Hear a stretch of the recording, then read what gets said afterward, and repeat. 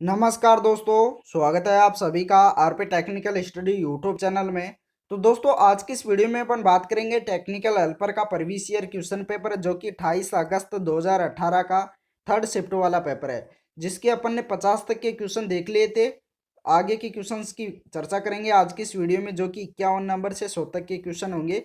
तो चलिए वीडियो को शुरू करते हैं। और आपको बता दूं कि इससे पहले के सभी पेपर अपन पहले ही देख चुके हैं, जिनका लिंक आपको नीचे डिस्क्रिप्शन में मिल जाएगा, तो आप वहां से देख लेना अगर अभी तक नहीं देखे हो तो चलिए शुरू करते हैं क्वेश्चन नंबर 51 से।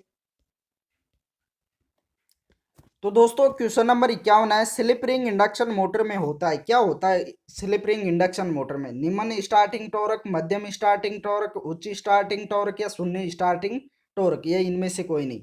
तो फटाफट से कमेंट करके बताना है सभी दोस्तों को। आंसर फटाफट से बताइए सभी दोस्त, क्या होगा इसका करेक्ट आंसर है।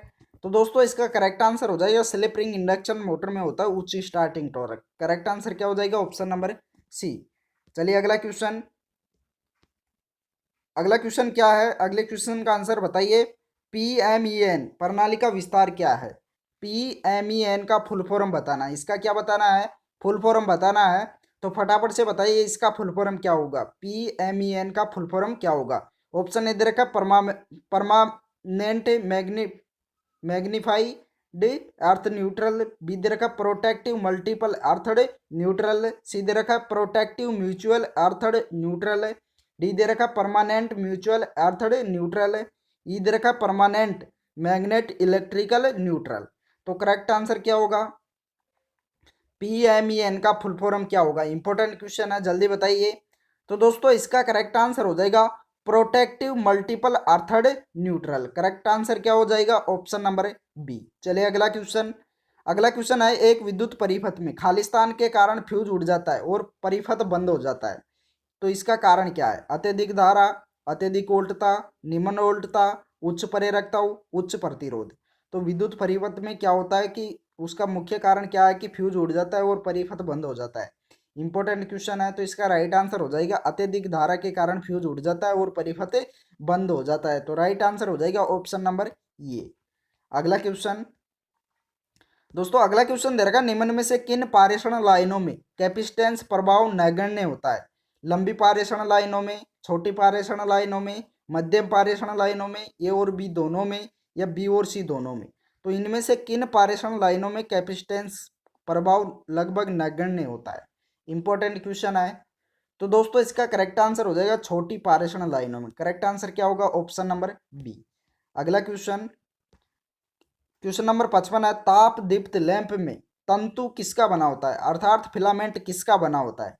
नाइक्रोम तार का, टंगस्टन तार का, फ्यूज तार का, कॉपर का तार, एल्यूमिनियम का तार। तो फिलामेंट किसका बना होता है ताप दीप्त लैंप में। राइट आंसर क्या होगा। तो दोस्तों, इसका करेक्ट आंसर हो जाएगा टंगस्टन तार का। किसका बना होता है, टंगस्टन के तार का। करेक्ट आंसर हो जाएगा ऑप्शन नंबर बी। चलिए अगला क्वेश्चन। दोस्तों, अगला क्वेश्चन दे रखा है, मोटर में स्टार्टर का प्रमुख कार्य क्या होता है। मोटर होती है, उसमें स्टार्टर का प्रमुख कार्य क्या होता है। ऑप्शन ए दे रखा है स्टार्टिंग धारा को सीमित करना, बी दे रखा है मोटर चलने के समय की गणना आरंभ करना, सी दे रखा है उच्च स्टार्टिंग टॉर्क उत्पन्न करना, डी दे रखा है मोटर को तुरंत पूरी चाल प्रदान करना, ई दे रखा है इनपुट धारा में वृद्धि करना। तो मोटर में स्टार्टर का प्रमुख कार्य क्या होता है। इंपॉर्टेंट क्वेश्चन है, बार बार एग्जामों में पूछा जाता है यही क्वेश्चन। तो दोस्तों, इसका करेक्ट आंसर हो जाएगा स्टार्टिंग धारा को सीमित करना ही स्टार्टर का प्रमुख कार्य होता है मोटर में। करेक्ट आंसर क्या होगा, ऑप्शन नंबर ये। चलिए अगला क्वेश्चन। अल्टरनेटर खालिस्तान के सिद्धांत पर कार्य करता है। फैराडे का विद्युत चुंबकीय परिवहन का नियम, बी दे रखा लेंज का नियम, सी दे रखा न्यूटन का नियम, डी दे रखा फ्लेमिंग का बाएं हाथ का नियम, ई दे रखा फ्लेमिंग का दाएं हाथ का नियम। तो अल्टरनेटर किस सिद्धांत पर कार्य करता है। इंपॉर्टेंट क्वेश्चन है, फटाफट से बताइए इसका राइट आंसर क्या होगा।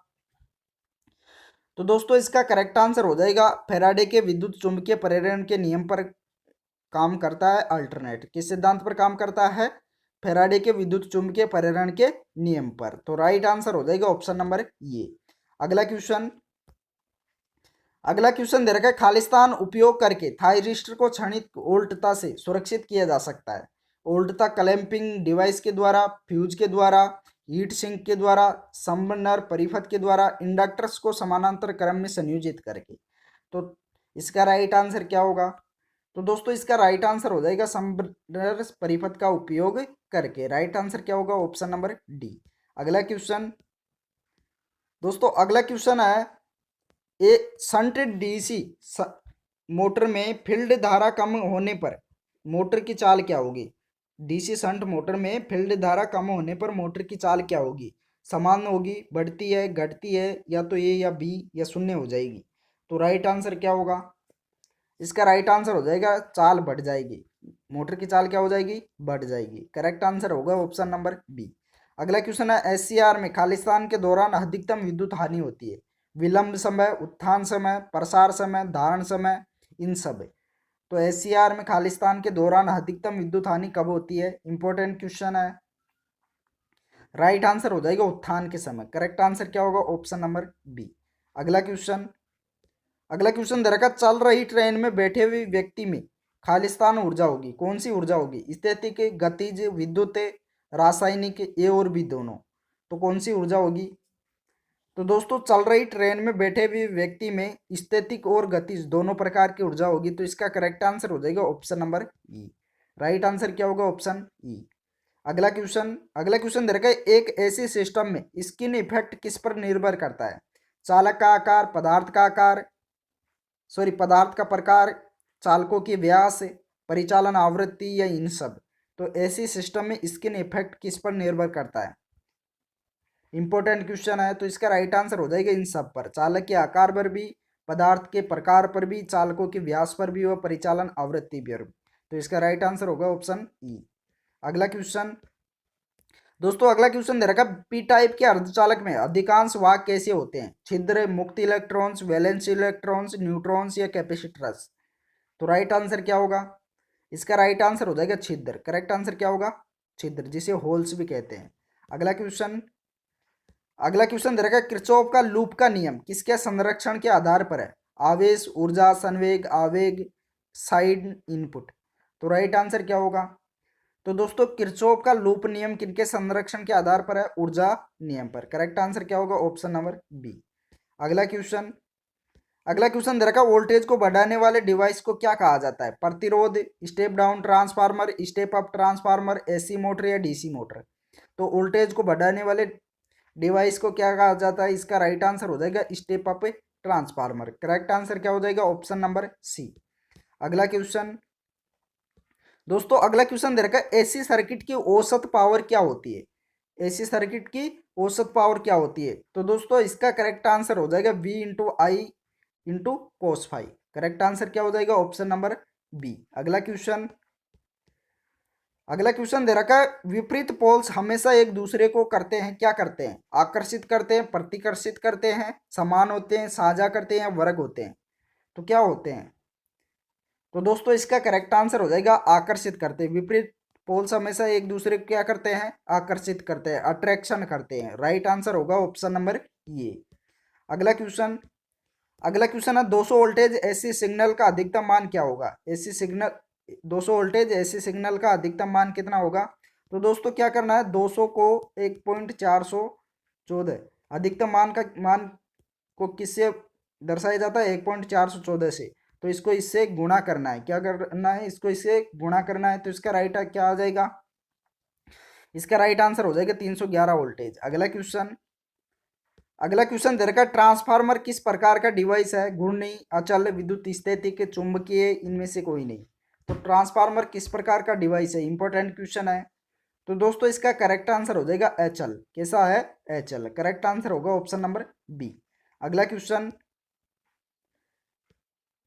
दोस्तों, अगला क्वेश्चन दे रखा, निम्न में से कौन सा वोल्टेज लेवल टाइप ट्रांसफार्मर है? इनमें से कौन सा वोल्टेज लेवल टाइप ट्रांसफार्मर है? Iron core transformer, step up transformer, power transformer, auto transformer, या इन सब। तो इनमें से कौन सा वोल्टेज लेवल टाइप ट्रांसफार्मर है? इंपॉर्टेंट क्वेश्चन है। तो दोस्तों इसका करेक्ट आंसर हो जाएगा step up transformer. Correct answer हो जाएगा ऑप्शन नंबर बी। अगला क्वेश्चन है, एक सेकेंडरी वाइंडिंग में प्रेरित ईएमएफ किस पर निर्भर करता है? टर्न्स की संख्या पर, फ्लक्स पर, ए और बी दोनों पर, तारों की संख्या पर, या ब्रशेज की संख्या पर। तो सेकेंडरी वाइंडिंग में प्रेरित ईएमएफ किस पर निर्भर करता है? तो दोस्तों इसका करेक्ट आंसर हो जाएगा टर्न्स की संख्या और फ्लक्स दोनों पर निर्भर करता है। तो करेक्ट आंसर हो जाएगा option number C. Correct answer क्या होगा? Option number C. चलिए अगला क्वेश्चन। दोस्तों अगला क्वेश्चन दे रखा है, एक ट्रांसफार्मर की दक्षता किनके बराबर बीच होती है? कितनी होती है एक ट्रांसफार्मर की दक्षता, इफिशियंसी? 90 से 98%, बी दे रखा 55 से 60%, सी दे रखा 80 से 85%, डी दे रखा 45 से 50%, ई दे रखा 75 से 88%। तो राइट आंसर क्या होगा? तो दोस्तों इसका करेक्ट आंसर हो जाएगा 90 से 98% होती है। लगभग कितनी होती है? 90 से 98%। तो करेक्ट आंसर हो जाएगा ऑप्शन नंबर ये। दोस्तों अगला क्वेश्चन दे रखा है, डीसी जनरेटर द्वारा उत्पन्न ईएमएफ क्या होता है? डीसी जनरेटर द्वारा उत्पन्न ईएमएफ क्या होता है? गतिज रूप से प्रेरित ईएमएफ, स्थैतिक रूप से प्रेरित ईएमएफ, विद्युत स्थैतिक रूप से प्रेरित ईएमएफ, चुंबकीय रूप से प्रेरित ईएमएफ या मैग्नेटोमोटिव बल? तो करेक्ट आंसर क्या होगा? तो दोस्तों इसका करेक्ट आंसर हो जाएगा गतिज रूप से प्रेरित ईएमएफ। करेक्ट आंसर क्या हो जाएगा? ऑप्शन नंबर ये। अगला क्वेश्चन। दोस्तों अगला क्वेश्चन दे रखा है, कम वोल्टेज और उच्च करंट डीसी मशीनों में किस प्रकार के ब्रश प्रयुक्त किए जाते हैं? कार्बन, तांबा, एल्यूमिनियम, पीतल, स्टील? तो किस प्रकार के ब्रश प्रयोग किए जाते हैं कम वोल्टेज और उच्च करंट डीसी मशीनों में? राइट आंसर क्या होगा? तो दोस्तों इसका करेक्ट आंसर हो जाएगा तांबा। करेक्ट आंसर क्या हो जाएगा? Option number B. अगला क्वेश्चन है, जनरेटर का ईएमएफ किस पर निर्भर करता है? संख्या पर है, फ्लक्स प्रति पोल्स पर है, समानांतर पथों की संख्या पर है, चालकों की संख्या पर, या इन सब पर? तो जनरेटर का ईएमएफ किस पर निर्भर करता है? मोस्ट इंपोर्टेंट क्वेश्चन है। तो दोस्तों इसका राइट आंसर हो जाएगा पोल्स की संख्या पर भी निर्भर करता है, फ्लक्स प्रति पोल्स पर भी निर्भर करता है, समानांतर पथों की संख्या पर भी करता है और चालकों की संख्या पर भी करता है। तो इसका राइट आंसर हो जाएगा इन सब पर निर्भर करता है जनरेटर का ईएमएफ। तो करेक्ट आंसर हो जाएगा ऑप्शन नंबर ई। अगला क्वेश्चन। दोस्तों अगला क्वेश्चन है, सीरीज जनरेटर को किस रूप में प्रयुक्त किया जाता है? सीरीज जनरेटर होता है श्रेणी जनरेटर, उसे किस रूप में प्रयुक्त किया जाता है? लाइटिंग लोड में, बैटरी चार्जर में, बूस्टर में, इन्वर्टर में या रेक्टिफायर में? राइट आंसर क्या होगा? तो दोस्तों उसे बूस्टर के रूप में प्रयुक्त किया जाता है। करेक्ट आंसर क्या हो जाएगा? Option number C. चलिए अगला क्वेश्चन। अगला क्वेश्चन दे रखा है, कौन से लैंप का सबसे अच्छा कलर रेंडरिंग इंडेक्स अर्थात CRI होता है? एलईडी का, फ्लोरोसेंट का, इंडिकेसेंट का, उच्च दाब सोडियम का वेपर लैंप का, या इन सब का? तो इनमें से कौन से लैंप का सबसे अच्छा कलर रेंडरिंग इंडेक्स होता है? इंपॉर्टेंट क्वेश्चन है। तो दोस्तों इसका करेक्ट आंसर हो जाएगा इंडिकेसेंट का। करेक्ट आंसर क्या हो जाएगा? Option number C. अगला क्वेश्चन। दोस्तों अगला क्वेश्चन दे रखा है, किसी कमरे की प्रदीप्ति किस पर निर्भर करती है? दीवारों के रंग पर, छत का रंग, ए और बी दोनों, या प्रयुक्त प्रतिबिंब के प्रकार पर, या उल्टा इनपुट पर? तो करेक्ट आंसर क्या होगा? किसी कमरे की प्रदीप्ति अर्थात इल्यूमिनेशन किस पर निर्भर करता है? राइट आंसर क्या होगा? तो दोस्तों दीवारों के रंग व छत के रंग पर निर्भर करती है। तो इसका करेक्ट आंसर हो जाएगा ए और बी दोनों। करेक्ट आंसर होगा ऑप्शन नंबर सी। चलिए अगला क्वेश्चन। दोस्तों अगला क्वेश्चन दे रखा, 60 कैंडल पावर के स्रोत द्वारा उत्सर्जित कुल फ्लक्स कितना होगा? तो दोस्तों इसको क्या करना होगा? इसको करना होगा 12.57 से गुणा। 60 को किससे गुणा करना होगा? 12.57 से गुणा करेंगे तो इसका मान आ जाएगा। तो इसका मान कितना आएगा? इसका करेक्ट आंसर क्या होगा? बहुत इंपॉर्टेंट क्वेश्चन है। तो इसका राइट आंसर हो जाएगा 754.2 ल्यूमेंस। करेक्ट आंसर हो जाएगा ऑप्शन नंबर सी। अगला क्वेश्चन। दोस्तों अगला क्वेश्चन है, एक प्रकाश का समान वितरण किस पर निर्भर करता है? स्थान की ऊंचाई का अनुपात, बी दे रखा प्रयुक्त लैंप्स के प्रकार, सी दे रखा प्रयुक्त रिफ्लेक्टर्स के प्रकार, डी दे रखा आपूर्ति उल्टता, ई दे रखा प्रकाश का रंग। तो एक प्रकाश का समान वितरण किस पर निर्भर करता है? इंपॉर्टेंट क्वेश्चन है। तो दोस्तों इसका करेक्ट आंसर हो जाएगा स्थान की ऊंचाई का अनुपात पर निर्भर करता है। राइट आंसर हो जाएगा ऑप्शन नंबर ये। अगला क्वेश्चन है, एक रेजिस्टेंस हीटिंग ओवन का तापमान खालिस्तान का उपयोग करके नियंत्रित किया जाता है? Thermostat, transformer, voltage regulator, rectifier या थर्मामीटर? तो राइट आंसर क्या होगा? तो दोस्तों इसका राइट आंसर हो जाएगा थर्मोस्टेट का उपयोग करके नियंत्रित किया जाता है ओवन का तापमान। तो करेक्ट आंसर हो जाएगा ऑप्शन नंबर ये। अगला क्वेश्चन दोस्तों, अगला क्वेश्चन दे रखा है, इलेक्ट्रिक रेजिस्टेंस ओवन का उपयोग किसके लिए किया जाता है? ऑप्शन ए दे रखा धातुओं की एलिनिंग के लिए, बी दे रखा धातुओं का दृढ़ीकरण के लिए, सी दे रखा मिट्टी के बर्तन को सूखना, डी दे रखा जड़े हुए तार का एनामल्ड, ई दे रखा इन्हें सब। तो एक इलेक्ट्रिक रेजिस्टेंस ओवन का उपयोग किसके लिए किया जाता है? इसका राइट आंसर क्या होगा? तो दोस्तों इसका राइट आंसर हो जाएगा धातुओं की एनिलिंग के लिए, धातुओं का दृढ़ीकरण के लिए, मिट्टी के बर्तन को सूखना या जड़े हुए तार का एलिमेंट एनामेल्ड। तो इसका राइट आंसर क्या हो जाएगा? उपरोक्त सभी। करेक्ट आंसर हो जाएगा ऑप्शन नंबर ई। चलिए अगला क्वेश्चन, सामान्य रूप से हीटिंग एलिमेंट में इनडायरेक्ट रेजिस्टेंस हीटिंग फर्नेस के लिए किस सामग्री का उपयोग किया जाता है? ऑप्शन ए दे रखा तांबा का, बी दे रखा नाइक्रोम का, सी दे रखा निकेल का, डी दे रखा कोबाल्ट का, ई दे रखा एल्यूमिनियम का। तो राइट आंसर क्या होगा? एक सामान्य रूप से हीटिंग एलिमेंट में इनडायरेक्ट रेजिस्टेंस हीटिंग फर्नेस के लिए इनमें से नाइक्रोम का उपयोग किया जाता है। किसका उपयोग किया जाता है? नाइक्रोम का। तो राइट आंसर होगा ऑप्शन नंबर बी। चलिए अगला क्वेश्चन दोस्तों, अगला क्वेश्चन दे रखा है, इनडायरेक्ट रेजिस्टेंस हीटिंग में तत्व के लिए धातु संरचना की किसके पसंद पर निर्भर करता है? धातु की संरचना की किसके पसंद पर निर्भर करता है? सामग्री की प्रतिरोधकता, प्रतिरोध का तापमान गुणांक, मशीनी शक्ति, लागत या इन सब पर। तो राइट आंसर क्या होगा? तो दोस्तों इसका राइट आंसर हो जाएगा उपरोक्त सभी पर। मशीन की सामग्री की प्रतिरोधकता, प्रतिरोध का तापमान गुणांक, मशीनी शक्ति व लागत सभी पर निर्भर करता है। तो राइट आंसर हो जाएगा ऑप्शन नंबर ई। अगला क्वेश्चन, एक सामान्य हीटर का एलिमेंट आमतौर पर किसका बना होता है? हीटर का एलिमेंट किसका बना होता है? चतुष्कोण, वर्ताकार, त्रिकोणीय, ऊर्ध्वाकार, आयताकार। तो कैसा बना होता है एक सामान्य हीटर का एलिमेंट? किस प्रकार से बना होता है? इंपॉर्टेंट क्वेश्चन है। तो दोस्तों इसका राइट आंसर हो जाएगा वर्ताकार बना होता है। कैसा बना होता है? वृत्ताकार। तो करेक्ट आंसर हो जाएगा ऑप्शन नंबर बी। अगला क्वेश्चन दोस्तों, अगला क्वेश्चन दे रखा है, एक इलेक्ट्रिकल आयरन की एकमात्र प्लेट किससे बना होता है? चीनी मिट्टी का, कीचड़ का, कच्चा लोहा का, तांबा का या इस्पात का। तो एक इलेक्ट्रिकल आयरन की एकमात्र प्लेट किससे बनी होती है? इंपॉर्टेंट क्वेश्चन है। तो दोस्तों इसका राइट आंसर हो जाएगा कच्चा लोहा की। किसकी बनी होती है? कच्चा लोहा की। करेक्ट आंसर हो जाएगा ऑप्शन नंबर सी। अगला क्वेश्चन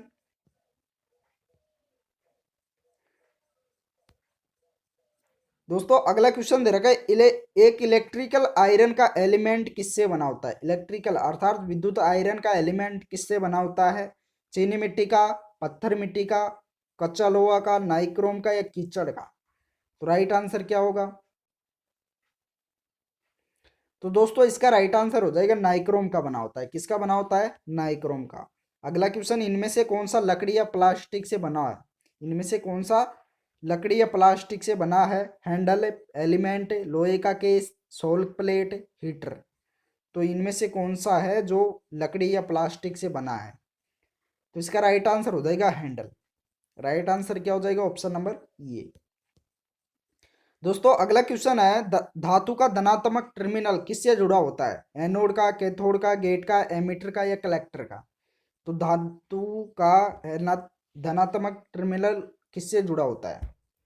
इसका राइट आंसर हो जाएगा एनोड्स। राइट आंसर क्या होगा? Option number A.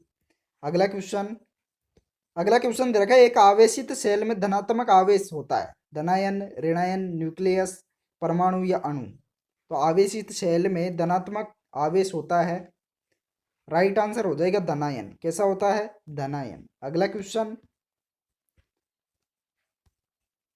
दोस्तों, अगला क्वेश्चन दे रखा है, थर्मोकपल एक डिवाइस है जो खालिस्तान में परिवर्तित करता है।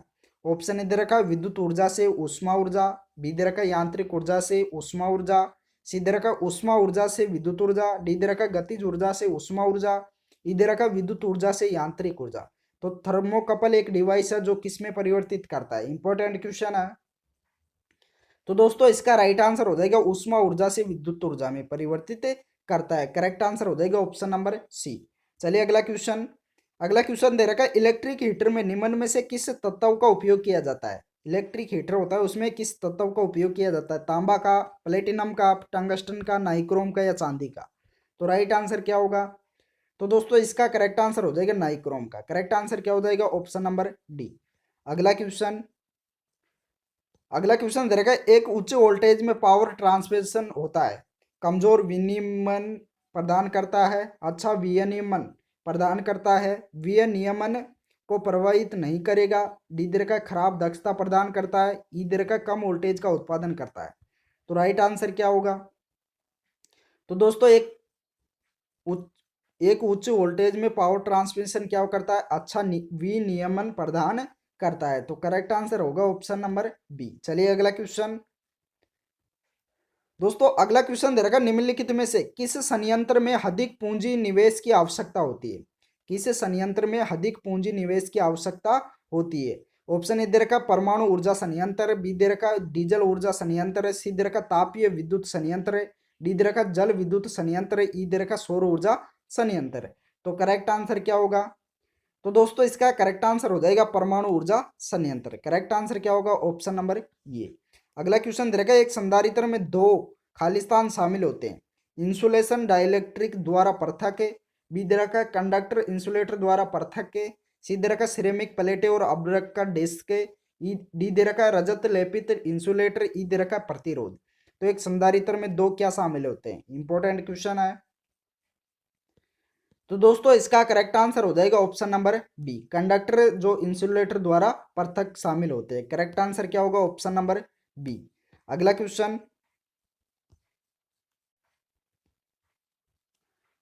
दोस्तों अगला क्वेश्चन दे रखा है, एसीएसआर का विस्तार क्या है? इसका फुल फॉर्म बताना है। एसीएसआर का फुल फॉर्म बताना है। तो फटाफट से कमेंट करके बताइए कि इसका राइट आंसर क्या होगा। तो दोस्तों इसका राइट आंसर क्या होगा? करेक्ट आंसर हो जाएगा एल्यूमिनियम कंडक्टर स्टील रेनफोर्सड। क्या होगा? एल्यूमिनियम कंडक्टर स्टील रेनफोर्सड इसका फुल फॉर्म होता है। करेक्ट आंसर क्या होगा? Option number B. अगला क्वेश्चन है, खालिस्तान का उपयोग करके विद्युत शक्ति मापा जाता है। किसका उपयोग करके विद्युत शक्ति को मापा जाता है? विद्युत पावर को, इलेक्ट्रिकल पावर को मापा जाता है। KWH meter, volt meter, ammeter, watt meter या मल्टीमीटर। तो राइट आंसर क्या होगा? तो दोस्तों इसका करेक्ट आंसर हो जाएगा वाट मीटर का प्रयोग करके विद्युत शक्ति को मापा जाता है। करेक्ट आंसर क्या हो जाएगा? Option number D. चलिए अगला क्वेश्चन। दोस्तों अगला क्वेश्चन दे रखा, उच्च आवर्ती एडी करंट हीटिंग के लिए उपयोग किया जाने वाला आपूर्ति आवृत्ति आमतौर पर कितना होता है? तो दोस्तों इसका राइट आंसर क्या होगा? इसका राइट आंसर हो जाएगा 10 किलो हर्ट्ज से 400 किलो हर्ट्ज तक होता है। कितना होता है? 10 किलो हर्ट्ज से 400 किलो हर्ट्ज। तो करेक्ट आंसर होगा ऑप्शन नंबर सी। अगला क्वेश्चन, दोस्तों अगला क्वेश्चन दे रखा है, सुरक्षात्मक ग्राउंड के लिए क्या जरूरी है? अर्थ के लिए एक कम प्रतिरोध पथ है, बी दे रखा साफ संयोजन है, सी दे रखा टाइट संयोजन, डी दे रखा ग्राउंडिंग डिवाइस पर्याप्त विद्युत वाहक क्षमता, ई दे रखा इन सब। तो दोस्तों इसका राइट आंसर हो जाएगा सुरक्षात्मक ग्राउंडिंग के लिए क्या जरूरी है? अर्थ के लिए एक कम प्रतिरोध पथ भी, साफ संयोजन भी, टाइट संयोजन भी, ग्राउंडिंग डिवाइस की पर्याप्त विद्युत वाहक क्षमता भी। तो इसका राइट आंसर हो जाएगा उपरोक्त सभी। करेक्ट आंसर क्या हो जाएगा? ऑप्शन नंबर ई। चलिए अगला क्वेश्चन। अगला क्वेश्चन दे रखा है, एक दो पोल लैप वाइंडिंग डीसी मशीन में एक चालक का प्रतिरोध कितना है? 2 ओम है। तो चालक की कुल संख्या कितनी होगी? 100 ओम है। तो आर्मेचर का कुल प्रतिरोध ज्ञात कीजिए। प्रतिरोध ज्ञात करना है, कुल प्रतिरोध। चालकों की संख्या दे रखी है 100, चालक का प्रतिरोध दे रखा है 2 ओम। तो दोस्तों क्या करेंगे, इसमें 100 का आधा करेंगे तो कितना, 100 में 2 का भाग देंगे तो कितना हो जाएगा? 50। तो इसका राइट आंसर हो जाएगा चालक का प्रतिरोध कितना हो जाएगा? 50 ओम। तो करेक्ट आंसर हो जाएगा ऑप्शन नंबर सी। तो दोस्तों इस वीडियो में इतना ही। वीडियो पसंद आया हो तो लाइक कर दीजिए और अपने दोस्तों को भी शेयर कर दीजिए। जिस दोस्त ने भी अभी तक चैनल को सब्सक्राइब नहीं किया है वो सभी दोस्त चैनल को सब्सक्राइब भी कर लीजिए, साथ में ऑल नोटिफिकेशन बेल को भी ऑन कर लीजिए। Thank you.